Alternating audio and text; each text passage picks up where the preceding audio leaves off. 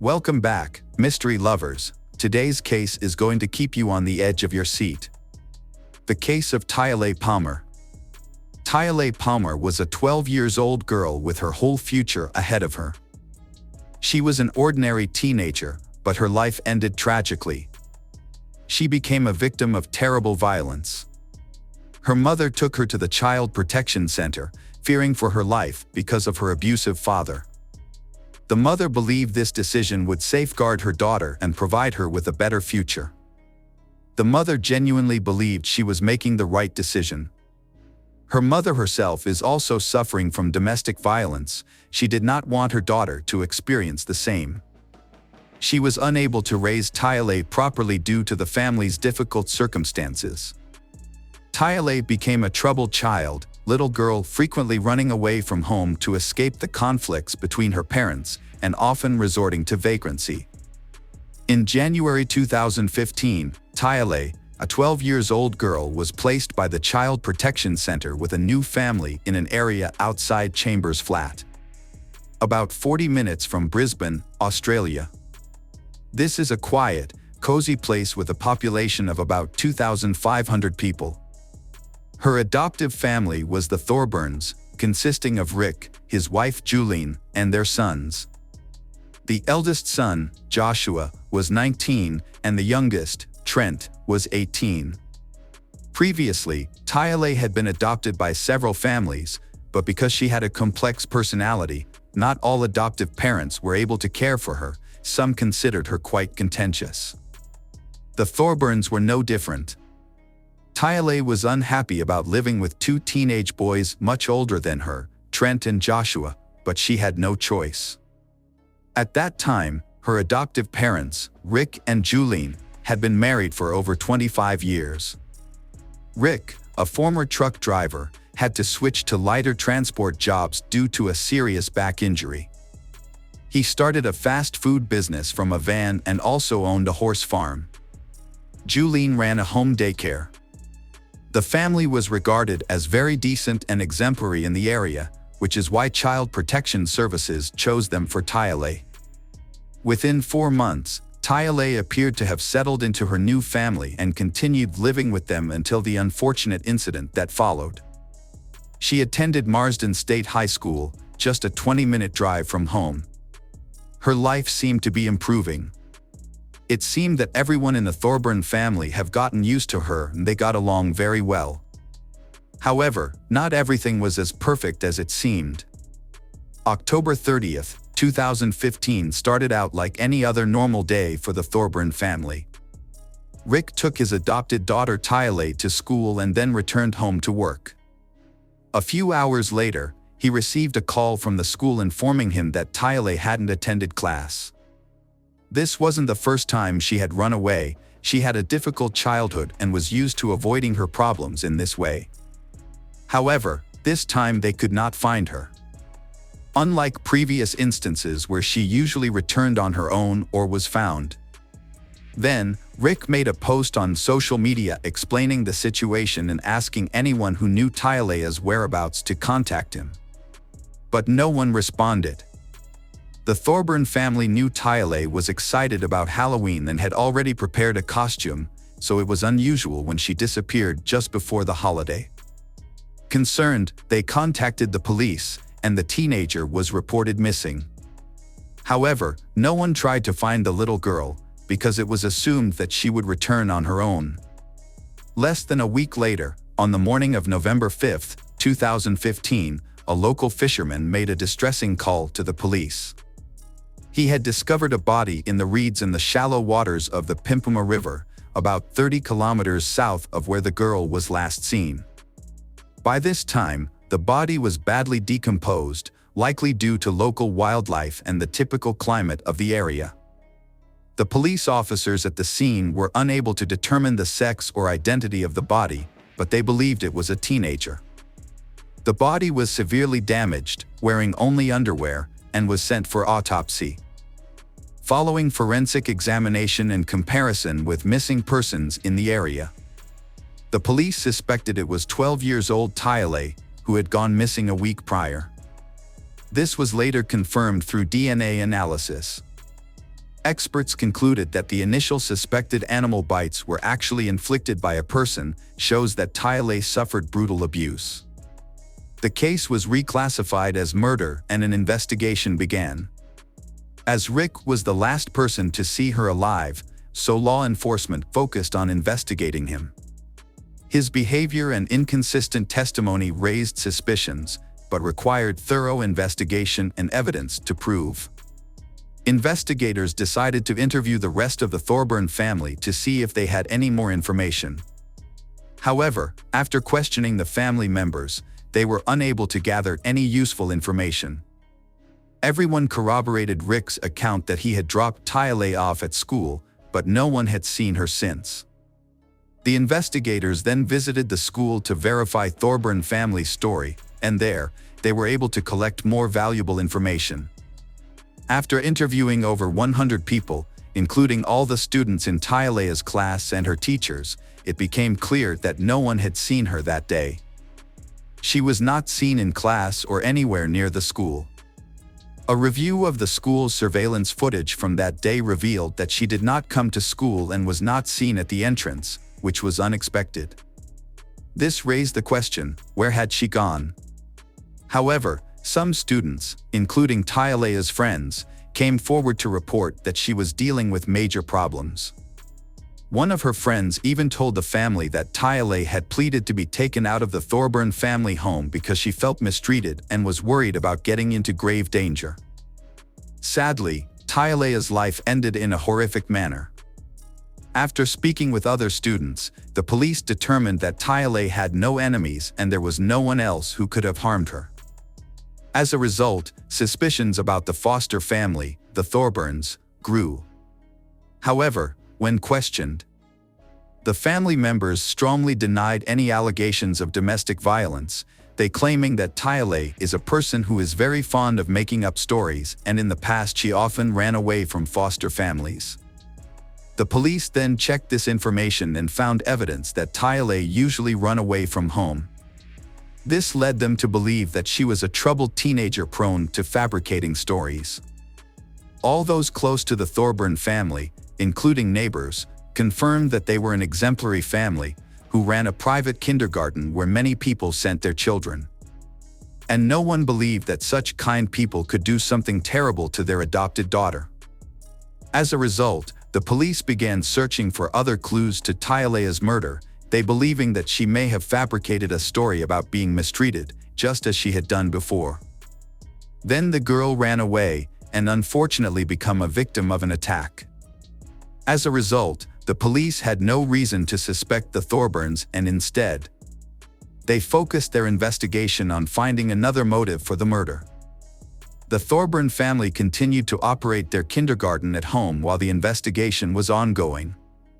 Detectives have questioned about 300 sex offenders in the area. They hope to find clues to Tiahleigh's murder. However, even this extensive inquiry failed to yield any clues. Most of they had alibis, and some no longer lived in the area, making it impossible to identify suspects from this list. On December 4, 2015, a vital piece of evidence was found near the site where the body was discovered. Tiahleigh's shoes and backpack, which she used for school, were recovered about 100 meters away. This case drew widespread public attention. The story was extensively covered on various Australian TV channels, so gradually the whole country knew about this case. Several rallies were held before the funeral, with people demanding justice for the girl's tragic and undeserved death. Tiahleigh's biological mother organized the rallies and publicly sought answers from the police about her daughter's death. She also appeared on television to raise awareness and express her outrage over the failure of Child Protective Services to safeguard her daughter. The public's response was overwhelming, with over 600 people attending the girl's funeral on November 14, despite many not knowing her personally. Mourners wore white and purple t-shirts with hearts and Tiahleigh's name, as purple was her favorite color. The coffin was adorned with about 400 white roses, and purple balloons were released into the sky as the hearse departed for a private cremation. It's been 5 months since Tiahleigh's murder, but police still have no new leads. A substantial reward of 250,000 Australian dollars, equivalent to approximately 160,000 US dollars, was offered for any information that could aid in the case. Tiahleigh's mother made a heartfelt appeal on television, pleading for eyewitnesses to come forward and for those responsible to confess. The police also guaranteed immunity from prosecution for any accomplice who did not directly commit the crime and was the first to provide information. Despite these efforts, no new leads were uncovered. Police received a number of calls from a number of individuals, but none provided any valuable information. As the summer of 2016 arrived, the police have yet to find the main suspect. Detectives interviewed numerous individuals with a history of sexual violence, but the advanced decomposition of Tiahleigh's body at the time of discovery had destroyed any forensic evidence, leaving investigators uncertain about the cause of death. The only lead in the case was a hyoid bone fracture, suggesting that Tiahleigh was strangled. Initially, police suspected that the abduction occurred near the school, where the girl was dropped off by her parents in an area not covered by CCTV cameras. This theory was based on the lack of surveillance footage. A reward of 250,000 Australian dollars was offered for information leading to the capture of the perpetrator, but it remained unclaimed. A breakthrough came in May 2016, when the State Police Department received an anonymous tip after 6 months of investigation. The caller claimed to have information about the girl, Tiahleigh, and her foster family, Thorburn family. According to the anonymous witness, Thorburn family had been seeking a child with behavioral issues to care for, which would entitle them to increased benefits. The family's interest in Tiahleigh was allegedly purely financial, and they don't have any other feelings for little girl. The informant also suggested that all members of the Thorburn family might have been involved in Tiahleigh's disappearance. Unfortunately, the caller ended the conversation without providing further details, and their identity remains unknown. In connection with the phone call, the police revisited the possibility that Thorburn family was involved in the murder. Initially, they received reports from Tiahleigh's classmates of domestic violence at the Thorburn home, but these claims were unverified. However, after the anonymous call, detectives decided to re-question Thorburn family some of Tiahleigh's classmates. One of Tiahleigh's friends revealed that she had a romantic relationship with 19-year-old Trent, the youngest son of Thorburn family. Due to her age, Tiahleigh didn't fully understand the situation and believed they were in a genuine relationship, as Trent had led her to believe. She developed feelings for him and enjoyed the horses on the farm, but she was also intimidated by Trent and the rest of the family, so she wanted to run away from them. It is likely that Tiahleigh suffered not only sexual violence but also physical abuse within the Thorburn household. Although Tiahleigh's friend's testimony needs further investigation, repeated questioning of the Thorburn family members yielded no results. They continued to deny all allegations, particularly those related to the abuse of a minor. Nevertheless, due to the serious suspicions surrounding the family, the authorities revoked their permission to operate a kindergarten and suspended their foster care license. Law enforcement officers installed listening devices in the Thorburn family's home. They uncovering shocking information that tarnished the family's decent image. The family members were extremely supportive of each other. Through the listening devices, it was discovered that on October 29, 2015, the family held a meeting, just a day before Tiahleigh went missing. During this meeting, Trent informed his parents that Tiahleigh had been having unusual stomach pains. This makes them worried and suspicious about Tiahleigh, a 12-year-old girl, having an unwanted pregnancy. The Thorburn family had become aware of the intimate relationship between Trent and Tiahleigh shortly before her disappearance. It was revealed that he had been having intercourse with the girl when no one was home.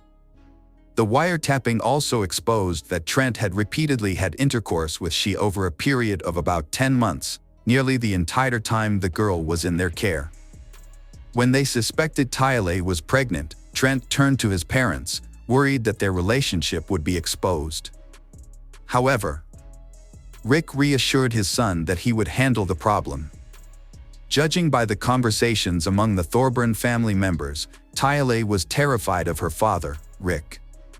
Her fear was not unfounded, as the rest of the family also seemed to fear Rick's. Despite appearing to be a decent family man, but he was hiding a cruel and sinister personality. One evening, after a family discussion, Rick forced all the family members, except Tiahleigh, to leave the house. When they returned a couple of hours later, Tiahleigh was missing. Rick claimed she had run away and that the problems with her were now solved.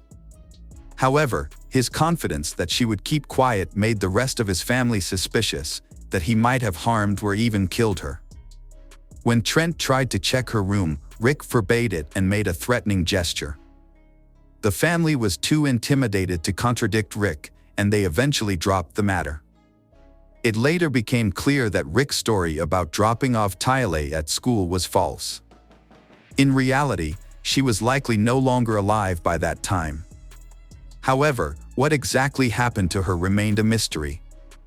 Detectives monitoring the family's conversations overheard Rick instructing others on what to say and do to avoid arousing police suspicion, and they immediately followed his instructions. Initially, police called Julian and their children, Trent and Joshua, in for questioning, believing they would be the easiest to get information from. As the police disclosed the information they had, family members began to give testimony. The detectives gradually pieced together what had happened at their house. Rick had set everything up as though he was protecting his family. However, after thoroughly reviewing footage from the school's external CCTV cameras, the police realized that Rick had carefully attempted to conceal his crime and mislead the detectives. For example, he had indeed driven towards the school, as his car appeared on several CCTV cameras. However, none of the footage showed Tiahleigh getting out of the car. Afterwards, a storm of criticism and suspicion fell on the Thorburn family. Julian and Joshua charged with giving false testimony and trying to mislead the investigation. Trent, involved in violence, faced charges of first-degree murder and was similarly accused of attempting to confuse the investigation. Detectives believed he killed Tiahleigh and tampered with her body to hinder forensic identification. This initially made determining her gender difficult. Fortunately, DNA testing made identification possible, revealing Trent likely hadn't considered this method existed. Law enforcement officers had strong reasons to suspect that Rick was involved in severe physical and sexual abuse of Tiahleigh. A total of 9 charges were filed against him. Trent faced charges of incest and giving false testimony. The family car, sold soon after Tiahleigh's disappearance, was seized and inspected. Blood stains were found, which worsened Rick's health. He fainted when detained, and his condition became so severe in custody that doctors had to place him in an artificial coma. After a few days in the hospital, Rick regained consciousness. Doctors believed he might have intentionally caused his condition by taking medication. However, Rick could not evade responsibility for his crimes, and the Thorburn family was brought to court one after another. During the trial, Julian and Joshua admitted their guilt for all charges and agreed to testify against Trent and Rick. The jury quickly concluded that the entire Thorburn family was guilty of monstrous acts, though each member was guilty on different counts. Joshua was sentenced to 3 months in prison. His mother, Julian, received a sentence of 1.5 years. Trent, who pleaded guilty to perjury, incest, and attempted obstruction of justice, was sentenced to 4 years. All of them, including Trent, who raped Tiahleigh, are now free. Trent was released on January 19, 2018, after serving only 16 months. The most brutal figure in this case, Rick, confessed during the trial to Tiahleigh's murder, hiding her body to protect his son and family's reputation. He received a life sentence in May 2018, with eligibility for parole after 20 years.